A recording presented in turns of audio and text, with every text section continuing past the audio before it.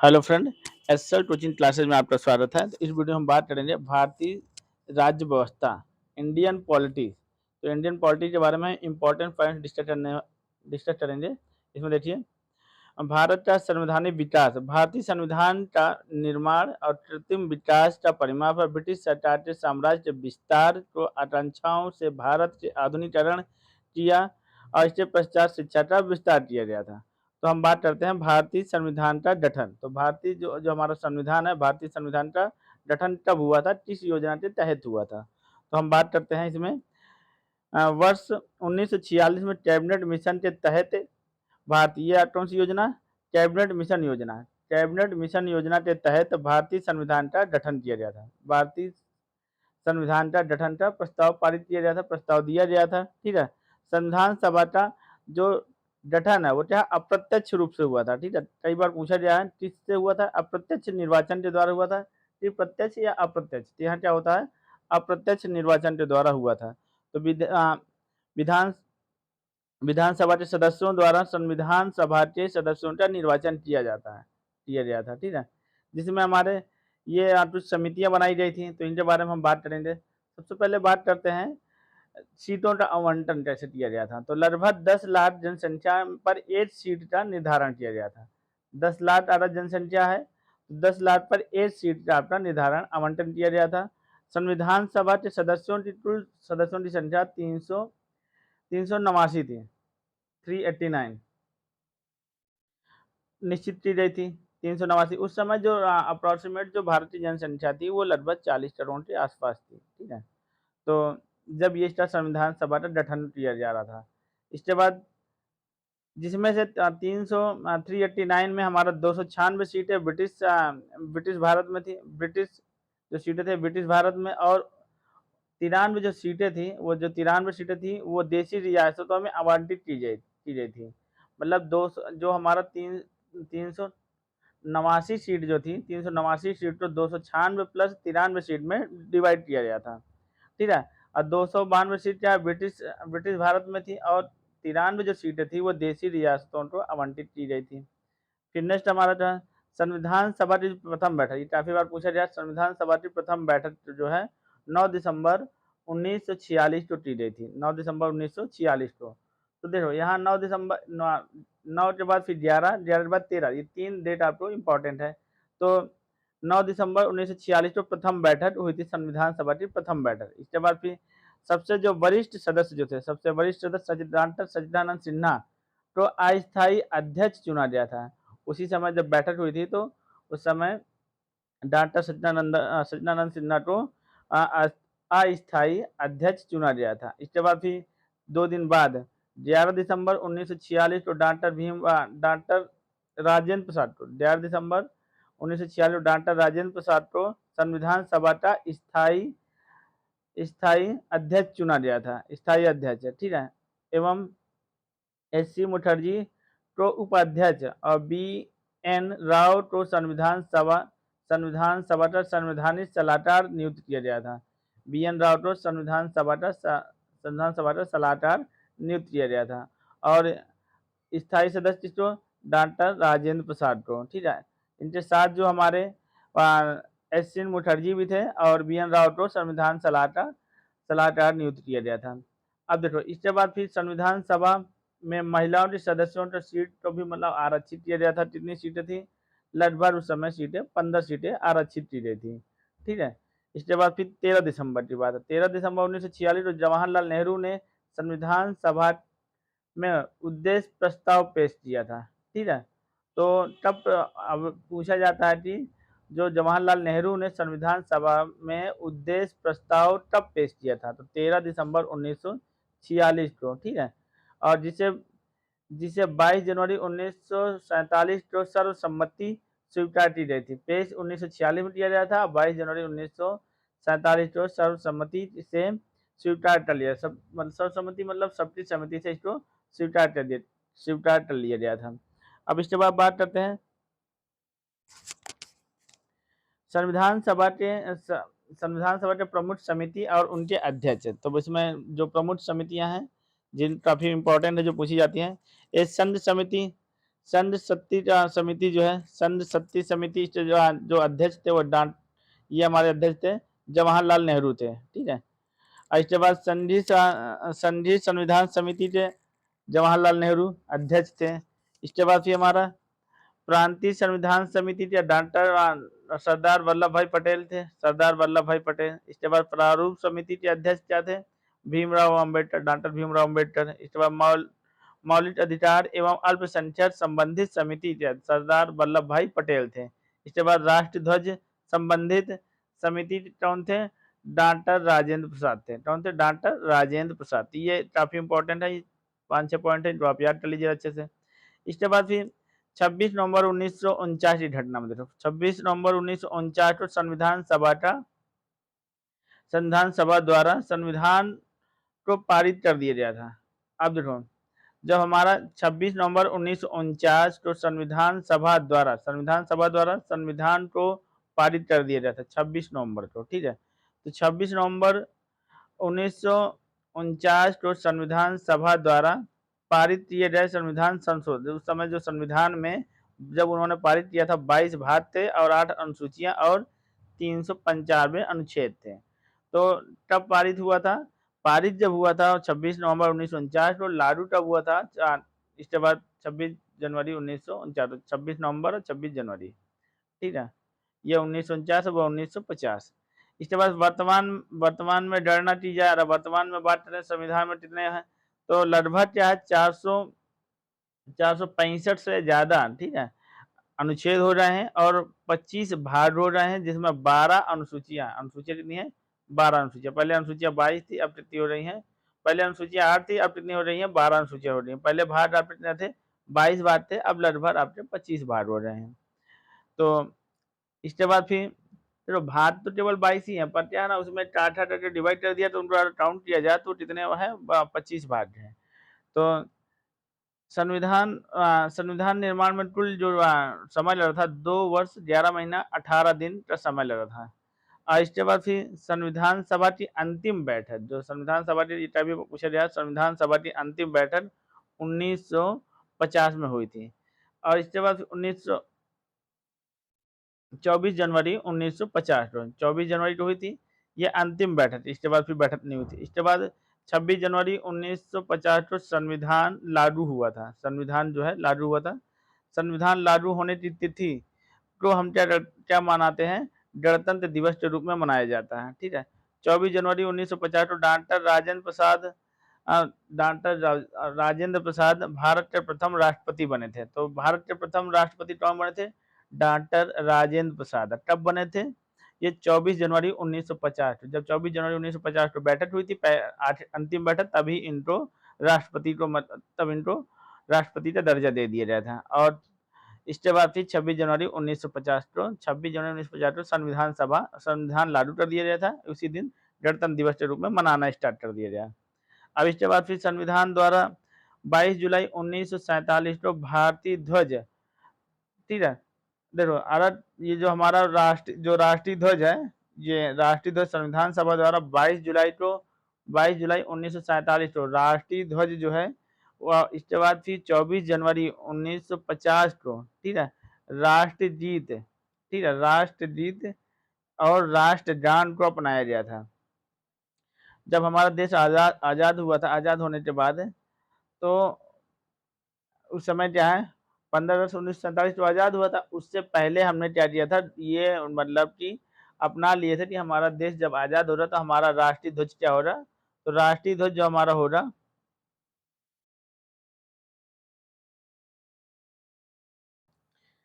तो उस समय जो राष्ट्रीय ध्वज उन्होंने अपना लिया था। जब बात चल रही थी तो देश आजादी के बाद हम क्या करें, राष्ट्रीय ध्वज जो हमारा हो जा रहा, देखो कहाँ से, यहाँ पर देखो, तो 22 जुलाई 1947 को राष्ट्रीय ध्वज अपनाया गया था। इसके बाद फिर राष्ट्रीय ध्वज अपनाने के बाद क्या था, 24 जनवरी 1950 को राष्ट्रगीत और राष्ट्रगान, ठीक है, वंदे मातरम और इसके बाद राष्ट्रगान, ये दोनों चीजें हमारा क्या है, राष्ट्रगान 24 जनवरी 1950 को अपनाया गया था, 26 जनवरी को राष्ट्रगान गाया गया था, ठीक है। तो आज़ादी के बाद है, ठीक है।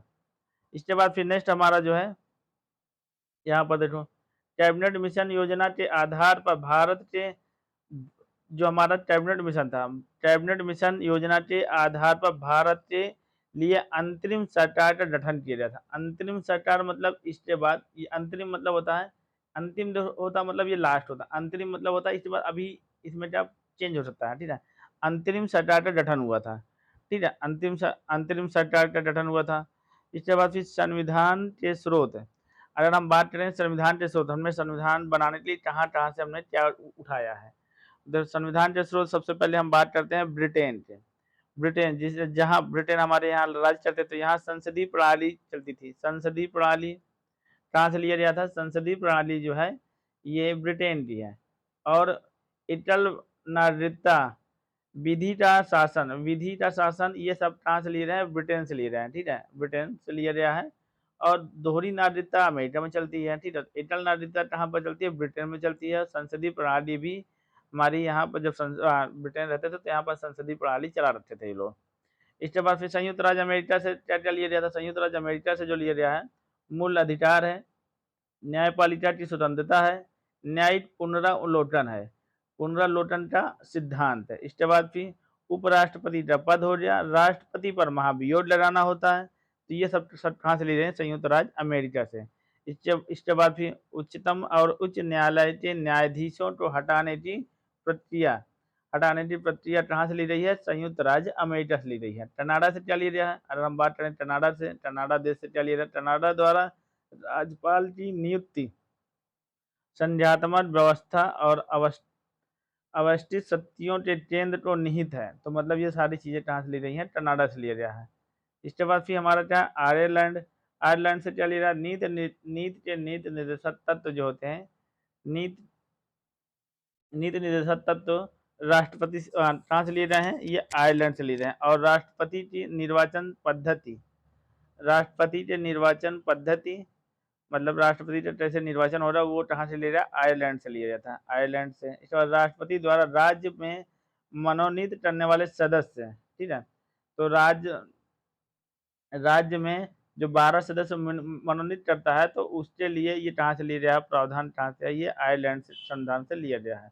इसके बाद फिर आ जाओ जर्मनी। तो जर्मनी से क्या लिया गया था? जर्मनी से हमारा क्या है? आपातकाल के दौरान मूल कर्तव्यों का स्थगन आदि। तो मतलब आपातकाल के दौरान जो है उसमें क्या है, जब आपातकाल लग जाएगी, आपातकाल कहाँ से लिया गया है? ये जर्मनी से लिया गया है। जब आपातकाल लग जाएगी तो उसमें जो मूल अधिकार है, उनका किन के मूल अधिकार का हनन हो सकता है, किन का हनन नहीं होगा।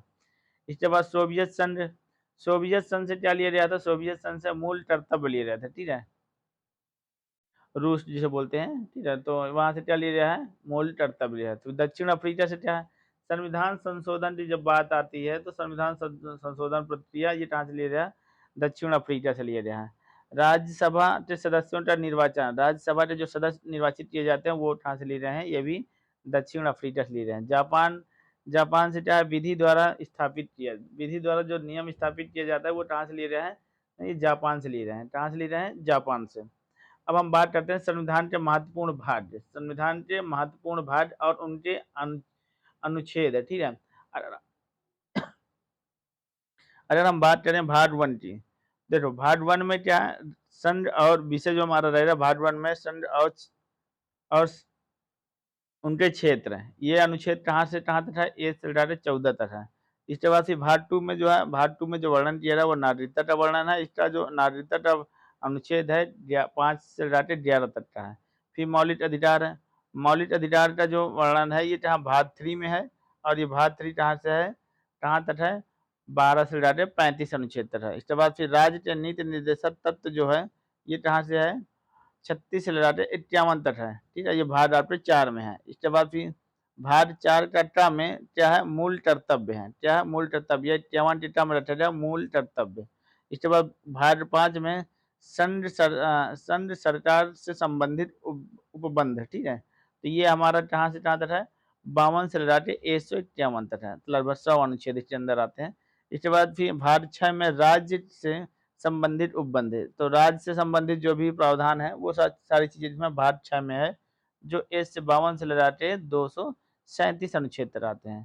तो इस तरह से आप ये अनुच्छेद भी जाते हैं तो आपको पता रहेगा ये अनुच्छेद कहाँ से कहाँ तक आते हैं। इसके बाद फिर नेक्स्ट हमारा है भाग 6 के बाद फिर भाग 7 नहीं है, ठीक है, वो हटा दिया गया है। भाग 8 देखो, भाग 8 में संघ जो है, भाग 8 संघ राज्य क्षेत्र 239 राज्य 242 तक। इसके बाद फिर भाग 9 में क्या है, ये भाग 7 जो है कैंसिल कर दिया गया, ठीक है बेटा। तो यहाँ पर देखो ये पंचायत भाग 9 में जो है पंचायत के बारे में है, अनुच्छेद 243 से लगाकर 243 आड़ा तक है, ठीक है। इसके बाद फिर भाग 9 का था बना रखे हैं 2 बाद में, जिसमें क्या है ये बाद में जोड़ा गया है, ठीक है। पहले 8 तक थे, अब बाद में इनको जोड़े रहे ये नीचे के 4 जो है, तो तभी तो 12 भाग हुए हैं। मतलब कि नहीं, देखो यहाँ पर क्या है, ये भाग जोड़े गए हैं तो इसमें 22 भाग हो रहे हैं, तो ये अगर नंबरिंग में देखा जाए तो ज़्यादा है, ठीक है। अब देखो बात करते हैं भाग 9 का, नगर पालिकाओं के बारे में इसका प्रावधान है। इसके बाद भाग 9 में सहकारिता समिति ये अनुच्छेद आपका 243 243 जेडती का है, जेडटी। इसके बाद फिर भारत जो हमारा जो है, जो भाग 11 में संघ और राज्य के बीच संबंध 245 263 तक है। इसके बाद फिर क्या है, भाग 15 में निर्वाचन है, भाग 15 में क्या है निर्वाचन 324 329 तक है। इसके बाद फिर राजभाषा जो है 343 351 तक है। इसके बाद नेक्स्ट जो हमारा है ये भाग 18 में आपात उपबंध जो है। इसके बाद भाग 20 में जो बात करते हैं भाग 20 के अंदर जो है ये संविधान का संशोधन है। तो ये हमारे कुछ महत्वपूर्ण है, बाकी और भी हैं, ठीक है, महत्वपूर्ण और भी भाग हैं। तो ये हमारे जो महत्वपूर्ण भाग हैं इनके बारे में हम बात कर रहे हैं। इसके बाद फिर देखो संविधान की अनुसूची एवं उनके विषय, तो संविधान की अनुसूची और उनके विषय के बारे में हम बात करें देखो, तो क्या अनुसूची और उनके बाद विषय। अनुसूची फर्स्ट की बात करें तो राज्य और संघ के बारे में अनुसूचित फर्स्ट अनुसूची 12 अनुसूचियां हैं, पहले 8 अनुसूचियां थी, बाद में 12 अनुसूची कर दी गई। तो 12 अनुसूचियों में हमारा सबसे पहले क्या है राज्य एवं राज्य संघ क्षेत्र, राज्य एवं संघ क्षेत्र हो गया। दूसरा हमारा दूसरी अनुसूची जो है राष्ट्रपति जो है, राष्ट्रपति एवं अन्य उच्च पदाधिकारियों के वेतन और भत्ते के बारे में एवं पेंशन के बारे में इसका प्रावधान। जो हमारी तीसरी अनुसूची है शपथ और प्रतिज्ञा के बारे में है, ठीक है। इसके बाद चौथी अनुसूची राज्यसभा के स्थान का आवंटन है, ठीक है। इसके बाद पांचवी अनुसूची में अनुसूचित क्षेत्र या अनुसूचित जनजाति के पांचवी में अनुसूचित क्षेत्र या अनुसूचित जनजाति के प्रशासक एवं नियंत्रण के बारे में उपबंध दिया हुआ है। इसके बाद छठी अनुसूची में जो असम, मेघालय, त्रिपुरा, मिजोरम राज्यों में जनजाति क्षेत्र के प्रशासन के संबंध में उपबंध दिया गया है। नेक्स्ट हमारा जो है सातवीं अनुसूची जो है संघ सूची, सातवीं में जो आता है संघ सूची, राज्य सूची और समवर्ती सूची में केंद्र और राज्य के मध्य जो शक्तियों का विभाजन है इसके बारे में क्या है सातवीं अनुसूची के बारे में इसका वर्णन दिया गया है। आठवीं अनुसूची में क्या है, आठवीं अनुसूची में भाषाओं का वर्णन दिया। नौवीं अनुसूची में क्या कुछ आधुनिक और विनिमय का विभिन्न मानकरण। इसके बाद फिर 10वीं अनुसूची में क्या है, 10वीं अनुसूची में दल बदल, ठीक है, दल बदल में परिवर्तन का आयोगात्मक होता है। इसके बाद 11वीं अनुसूची में हमारा क्या पंचायती राज्य है, पंचायती राज्यों संबंधित प्रावधान दिया हुआ है। इसके बाद फिर 12वीं अनुसूची में क्या है नगर पालिका से संबंधित प्रावधान दिए गए हैं। इस प्रकार से हमारा अब हम बात करते हैं संविधान हमारा यहाँ से स्टार्ट है। संविधान की प्रस्तावना, ठीक है, संविधान की प्रस्तावना में क्या लिखा गया, हम भारत के लोग भारत को एक संपूर्ण प्रभुता और संपन्न समाजवादी धर्म पंथनिरपेक्ष और लोकतंत्रात्मक और गणराज्य बनाने के लिए तथा उसके समस्त नागरिकों को सामाजिक, आर्थिक एवं राजनीतिक न्याय, विचार और अभिव्यक्ति, विश्वास, धर्म और उपासना की स्वतंत्रता और प्रतिष्ठा और अवसर की समानता प्राप्त करने के लिए उन सब व्यक्तियों को की गरिमा और राष्ट्र की एकता अखंडता सुनिश्चित करने वाली बंधुता बढ़ाने के लिए दृढ़ संकल्प होकर अपनी इस संविधान सभा में आज तारीख 26 जनवरी 1949 को मिति मार्च मार्च से शुल्क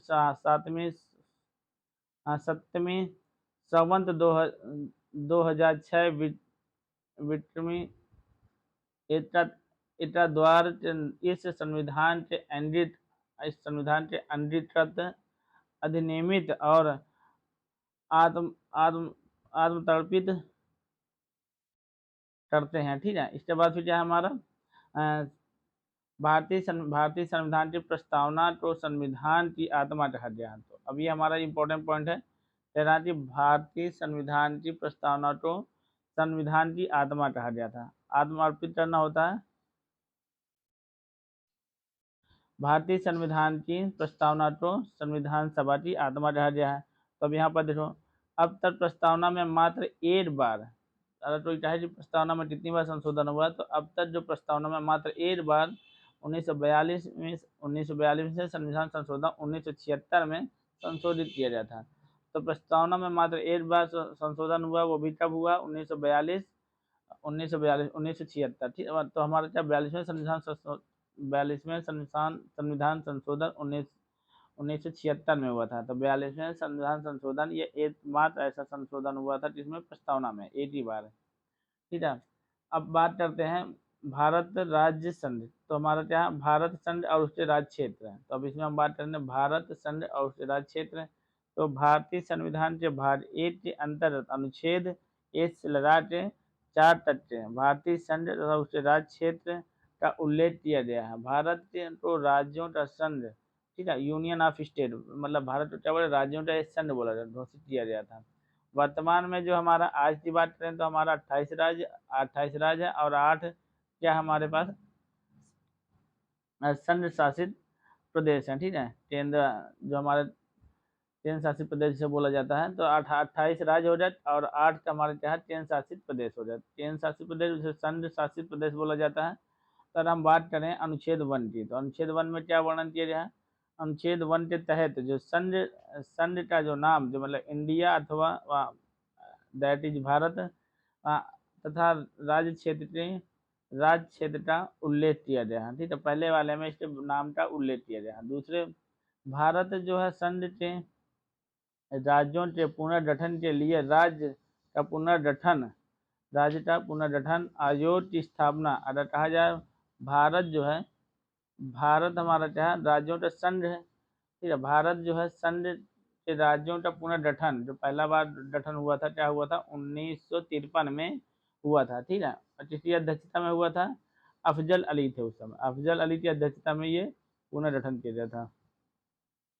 श्री रामोलुन की मृत्यु के पश्चात 1 अक्टूबर 1953 को भाषा के आधार पर प्रथम राज्य आंध्र प्रदेश को मतलब गठित किया जाता है। मतलब भाषा के आधार पर पहला राज्य जो है गठित होने वाला कौन सा है? वो आंध्र प्रदेश है। और इसके बाद फिर राज्य का पुनर्गठन जो है अधिनियम 1956 के द्वारा 1956 के द्वारा भारत संघ में क्षेत्रीय परिषदों की स्थापना की गई थी। भारत में 5 क्षेत्रीय परिषदें हैं जो केंद्रीय गृह मंत्री और इन क्षेत्रीय परिषद के अध्यक्ष होते हैं। अगर हम बात करें, ये हमारा भारत के क्षेत्रीय परिषद है और इधर क्या हमारा उनका मुख्यालय हो गया। ठीक है, और इसके बाद हमारे क्या है? सम्मिलित राज्य और केंद्र शासित प्रदेश। अगर हम बात करें उत्तरी क्षेत्रीय परिषद में, उत्तरी क्षेत्रीय परिषद का जो मुख्यालय कहाँ पर है? वो नई दिल्ली में है। इसमें कौन कौन से राज्य आते हैं? पंजाब, हरियाणा, हिमाचल प्रदेश, राजस्थान, दिल्ली, चंडीगढ़ और जम्मू कश्मीर। इसके बाद दक्षिणी क्षेत्र परिषद में, दक्षिणी क्षेत्र परिषद की बात करें तो यहाँ पर ये इसका जो मुख्यालय है, मुख्यालय कहाँ पर है? चेन्नई में। चेन्नई, इसमें जो आने वाले जो राज्य हैं, इसमें जो आने वाले राज्य हैं केरल, तमिलनाडु, कर्नाटक, आंध्र प्रदेश तथा पुडुचेरी।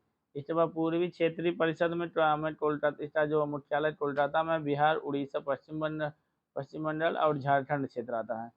इसके बाद फिर पश्चिमी क्षेत्रीय परिषद में ये कहाँ पर है? मुंबई में। इसका हेडक्वार्टर जो है, हेडक्वार्टर मुख्यालय कहाँ पर है? मुंबई में है।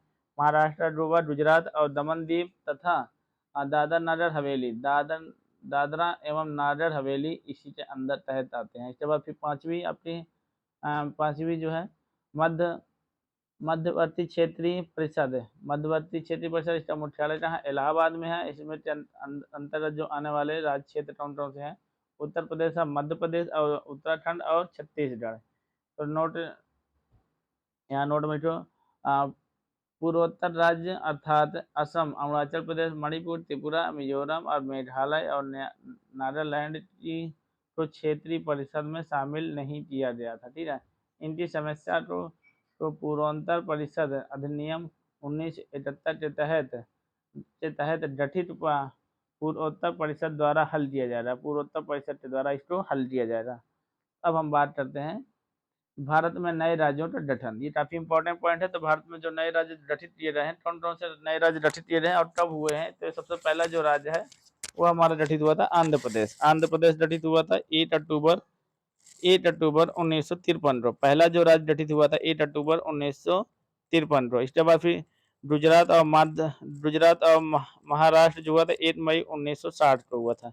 नागालैंड जो है 1 दिसंबर 1963 को हुआ था। हरियाणा का जो गठन हुआ था, हरियाणा जो है 1 नवंबर 1966 को हुआ था। इसके बाद हिमाचल प्रदेश 25 जनवरी 1971 को हुआ था। इसके बाद मणिपुर और मेघालय, त्रिपुरा ये तीनों एक साथ हुए थे 21 जनवरी 1972 को। इसके बाद सिक्किम 16 मई 1975 को हुआ था। मिजोरम में अरुणाचल प्रदेश जो है 20 फरवरी 1987 को हुआ था। इसके बाद नेक्स्ट हमारा गोवा जो राज्य हमारा गोवा जो राज्य हमारा है, गोवा राज्य जो हमारा क्या है, ये 30 मई 1987 को हुआ था। छत्तीसगढ़ हमारा जो है, छत्तीसगढ़ जो हमारा 1 नवंबर 2000 को हुआ था छत्तीसगढ़। इसके बाद उत्तराखंड जो है, उत्तराखंड 9 नवंबर 2000 को हुआ था। इसके बाद फिर झारखंड जो हमारा हुआ था 15 नवंबर 2000 को हुआ था। 15 नवंबर। इसके बाद लास्ट जो हमारा हुआ था वो कौन सा है, तेलंगाना 2 जून 2014 को हुआ था। इसके बाद फिर बात करते हैं भारतीय संविधान भारतीय संविधान के अनुच्छेद 70 के तहत जो जम्मू कश्मीर को विशेष राज्य का दर्जा दिया गया था। किस संविधान के तहत दिया गया था, ये दिया गया था और 370 के तहत जम्मू कश्मीर को विशेष दर्जा दिया गया था। और इसके बाद फिर 6 अगस्त 2019 को, ठीक है, 6 अगस्त 2019, ठीक है, मतलब कि 2019 को राष्ट्रपति द्वारा जारी आदेश के तहत अनुच्छेद 370 का प्रस्ताव समाप्त कर दिया गया था। जम्मू जम्मू कश्मीर पुनर्गठन अधिनियम 2019 के तहत जम्मू कश्मीर को 2 केंद्र शासित प्रदेश जैसे